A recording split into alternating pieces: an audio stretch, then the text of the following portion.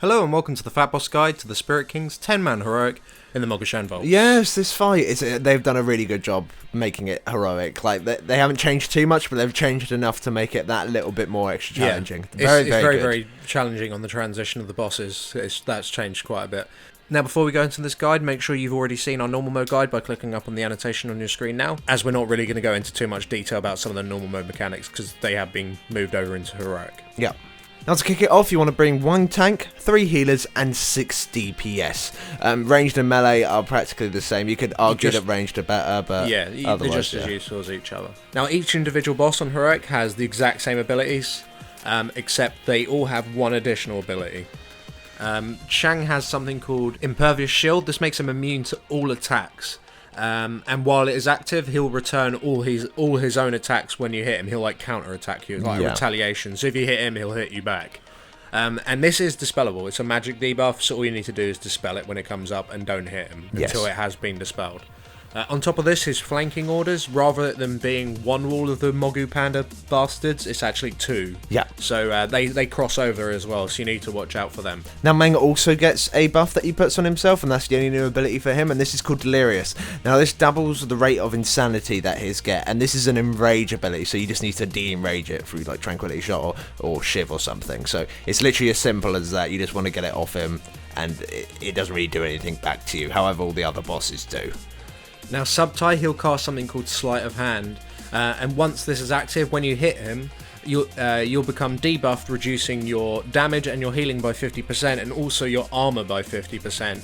However, when this is active, you can stun him, and you can also stun him while he's doing the cast. So when he is doing it, you just stun him, and then that's it. Now, Zion gets the worst move of all of the bosses, all put together, and this is the Shield of Darkness. If you attack him while the shield is up, you will blow up the raid. He will do like 300k damage to all of you per move that hits him while this is up. It's a white mechanic. If you hit him while it's up, you'll fucking die. Yeah, so what you got to do, you got to stop DPS before this comes in, and it is a dispelling shield, just like It's a magic debuff, just dispel it. The other major difference on heroic, instead of a new boss coming once the previous boss is killed, a new boss will come when the previous boss is on 30% health, which means you're going to have to deal with 2 bosses' abilities at the exact same time. And if it's later on during the fight, then you're going to have to deal with 2 bosses at the exact same time and the previous boss's abilities that carry over.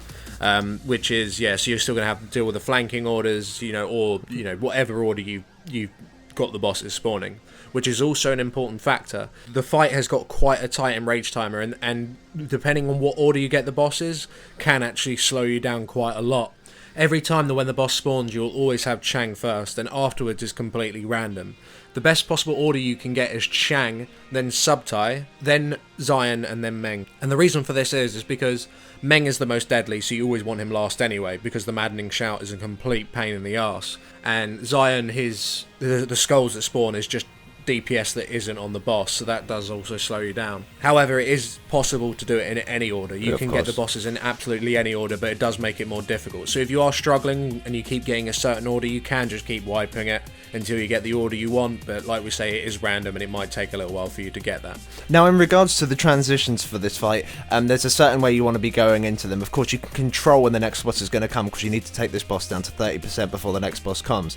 Because of this, you really want to get all of their shields, especially if it's Zion. You want to get their shields or anything that you have to stop out of the way, and all the other mechanics that they do out of the way before the transition. So when you do get that new boss, you're not suddenly hit with like 7 abilities at once that you all have to try and dodge around and all this sort of shit. What you want to really try and do is just make sure that all those abilities are out the way. Just use your DBM, or they won't be up for a very long time, and then transition it into 30%. And once it does get to 30%, you want to be using quite a few of your cooldowns just to get that boss out of the way as soon as possible, especially if it's a massive pain in the ass, the combo.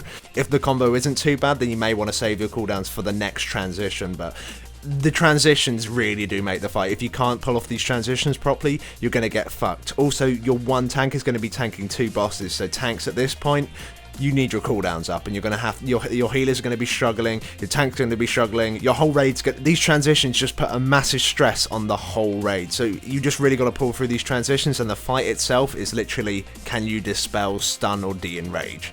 Yeah, that's more or less it. So if you do manage to pull through every single transition as safely as possible, then you're not going to have many issues on this fight. It is literally about the transitions, and the rage timers may be a little tight, but if you get the correct order, then it definitely won't be a problem at all. So that's pretty much it. Thank you for watching, guys. If this guide did help you out, then please do give us a like. It helps us out rather significantly, and make sure to comment, rate and subscribe. And if you'd like to see more 10-man heroic guides by FatBoss, please do click up on the annotations you see on screen now. Thanks for watching. Thank you.